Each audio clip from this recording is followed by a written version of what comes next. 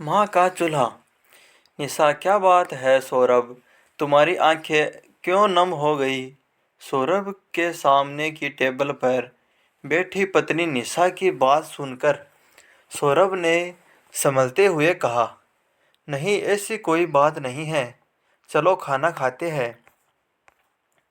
निशा और सौरभ बहुत दिनों के बाद आज लंच करने के लिए एक रेस्टोरेंट में आए थे। वहाँ सौरभ ने मक्के की रोटी और सरसों का साग ऑर्डर किया तो निशा को बहुत हैरानी हुई। उसने सौरभ को पहले कभी ये सब खाते नहीं देखा। उसने पूछा, क्या बात है सौरभ, हमेशा पिज़्ज़ा और कोल्ड ड्रिंक ऑर्डर करने वाले आज ये सब ऑर्डर कर रहे हो? सौरभ ने हंसते हुए कहा, कुछ नहीं, आज खाकर देखा, मज़ा आ जाएगा। कुछ देर में वेटर खाना टेबल पर सजा गया। सौरभ ने एक कोर खाया तो उसकी आंखें नम हो गई। निशा के पूछने पर भी उसने कुछ नहीं बताया, बस खाना खाकर चुपचाप चल दिए। निशा को उसने इशारे से गाड़ी में बैठने के लिए कहा और पेमेंट करके ड्राइविंग सीट पर आकर बैठ गया। गाड़ी स्टार्ट कर ही रहा था कि निशा ने पूछा, अब तो बता दो, बात है, आज इतने इमोशनल कैसे हो रहे हो? सौरभ, तुम मानोगी नहीं तो सुनो। जैसा तुम आज मुझे देखती हो, मैं वैसा बिल्कुल नहीं था। यहाँ एमएनसी में जॉब करके मॉडर्न लुक में दिखने वाला तुम्हारा पति एक गांव के गरीब घर का लड़का है, यह तो तुम जानती हो। लेकिन वो सब छूट गया, उसका दुख मुझे आज भी है, यह कोई नहीं समझ सकता। निशा ने हंसते हुए कहा, उस गांव में ऐसा क्या छूट गया? एक टूटा सा मकान ही तो था, झोपड़ी, थोड़ी बहुत ज़मीन होगी। वहाँ माँ पिताजी है, तुम्हारा छोटा भाई उनका ध्यान रखता है, और फिर हर महीने हम पैसे भेज तो देते हैं। सौरभ ने एक फीकी हंसी हंसते हुए कहा, निशा, यही तो फर्क है शहर वाले और गांव वालों में। यहाँ हर रिश्ते को, हर चीज़ को पैसे से तोला जाता है। तुम्हें पता है, माँ जब चूल्हे पर बाजरे और मक्का की रोटी बनाती थी, साथ में कभी कभी सरसों का साग बनता था, उस स्वाद के लिए मैं तरस जाता हूँ। उस स्वाद के आगे यहाँ के सारे स्वाद फीके हैं। यह सुनकर निशा को बहुत आश्चर्य हुआ।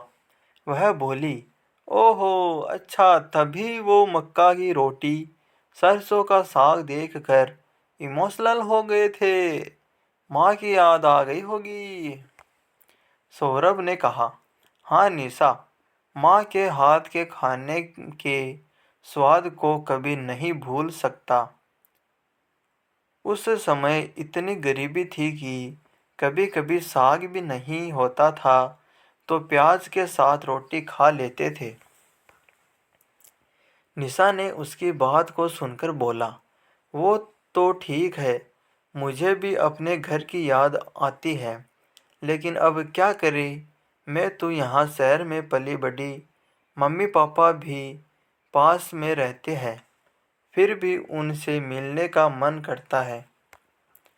चलो इस महीने के लास्ट में गांव चलते हैं, माँ पिताजी से मिल आते हैं। सौरभ ने उसकी हाँ में हाँ मिलाई और गाड़ी स्टार्ट करके घर आ गए। अगले दिन में अगले दिन से दोनों अपने अपने ऑफिस में बिजी हो जाते हैं।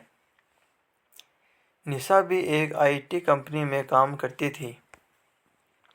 सौरभ के पिता ने उसे अच्छे पढ़ा लिखा दिया। इधर शहर से नौकरी के ऑफर आने लगे तो 10 साल पहले वह नौकरी करने शहर आ गया था। अभी 3 साल पहले निशा से शादी हो गई। उसके बाद तो गांव में जाना आना बहुत कम हो गया था। बस वो हर महीने कुछ पैसे भेज देता था। शायद उसे ही अपना फ़र्ज समझता था। लेकिन इस महीने जब से वह रेस्टोरेंट से खाना खाकर आया, जैसे उसका मन बदल गया। उसका किसी भी काम में मन नहीं लग रहा था। अपनी माँ का चेहरा उसकी आंखों के सामने आ जाता था। कैसे उसकी माँ आज भी चूल्हा फूंक रही होगी। घर आकर भी वह बेचैन रहने लगा। न खाना अच्छा लगता था, न किसी से बात करने का मन करता था। इतनी बड़ी कंपनी में मैनेजर, बड़ा सा पैकेज, शहर की सबसे पॉश कॉलोनी में बड़ा सा फ्लैट, किसी भी चीज़ की कोई कमी नहीं थी। लेकिन आज उसे यह सब फीका लग रहा था। एक दिन उसने निशा को अपने मन की बात बता दी। सौरभ ने कहा, निशा, मैं जानता हूँ तुम एक मॉडर्न लड़की हो, शहर के माहौल में पली बड़ी हो, लेकिन मैंने फैसला किया है कि मैं ये जॉब छोड़ दूँगा और अब तक जो पैसे कमाए हैं उसमें से काफ़ी पैसे इन्वेस्ट करके गांव में जाकर रहूँगा। निशा, जो अब तक महीने के लास्ट में 2 दिन के लिए गांव जाने की बात कर रही थी, अचानक यह बात सुनकर आश्चर्यचकित रह जाती है। वह बोली, क्या बात कर रहे हो सौरभ, तुम ऐसा कैसे कह सकते हो? वहाँ गांव में हमारा क्या फ्यूचर है? कल हमारे बच्चे होंगे तो वहाँ एक अच्छा स्कूल तक नहीं मिलेगा। तुम इतनी अच्छी जॉब सब कुछ दांव पर कैसे लगा सकते हो? मेरा क्या होगा? मैं गांव में कैसे रहूँगी? सौरभ बोला, मैं तुम्हें फोर्स नहीं कर रहा। तुम अपनी जॉब करती रहो। मैं कभी कभी तुमसे मिलने आ जाया करूँगा। लेकिन अब मैं अपना जीवन पैसे के पीछे भागने में नहीं लगा सकता। तुम सोचो, अभी कोई जल्दी नहीं है। अचानक आए इस तूफान के कारण निशा बहुत परेशान हो जाती है। वह सौरभ के बिना रहने की कल्पना भी नहीं कर सकती थी। निशा ने अपने मम्मी पापा से बात की।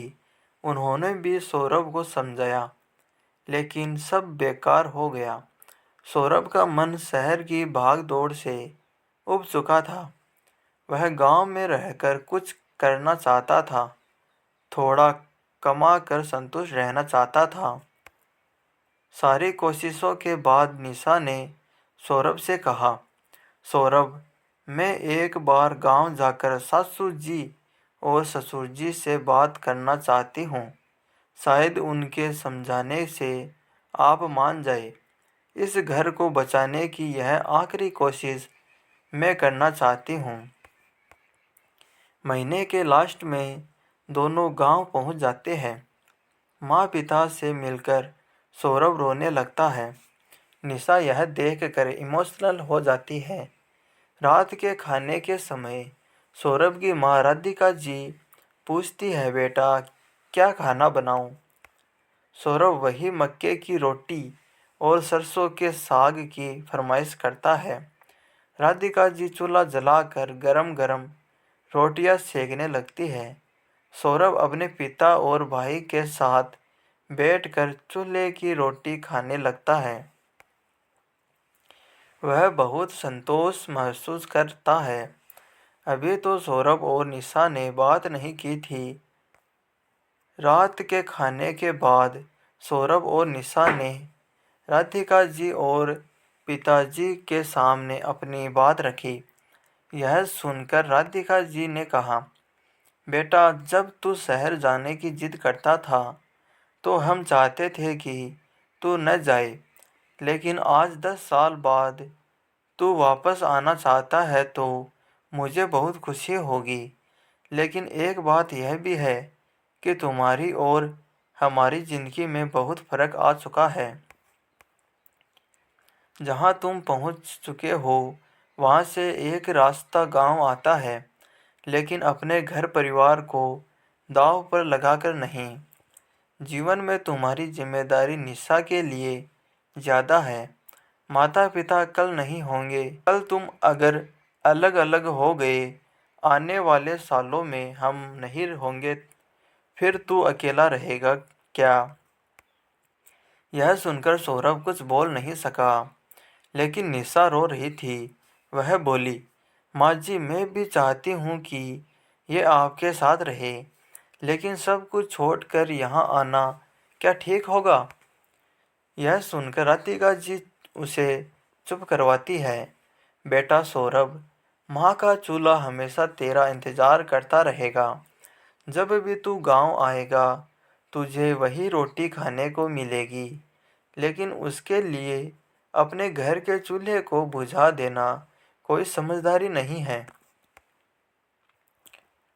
सौरभ बोला, माँ, मुझे लगता है मुझे आपके साथ रहना चाहिए।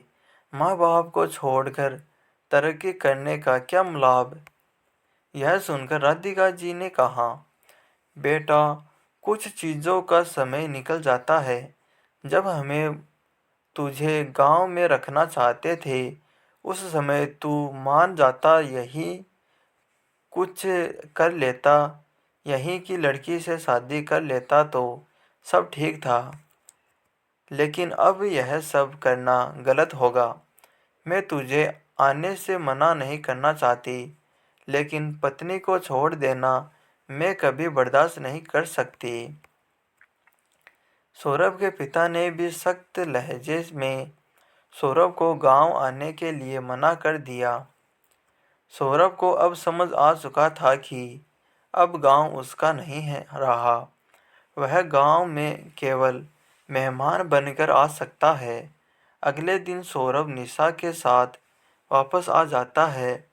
रास्ते भर कोई बात नहीं होती। इधर निशा परेशान थी कि पता नहीं सौरभ क्या फैसला करेगा। घर पहुंचकर सौरभ ने निशा से कहा, निशा, मैं गलत था। मैं भावना में बह गया था। अब से मैं हमेशा तुम्हारे साथ रहूँगा। शायद मेरे लिए माँ का चूल्हा अब ठंडा हो चुका है।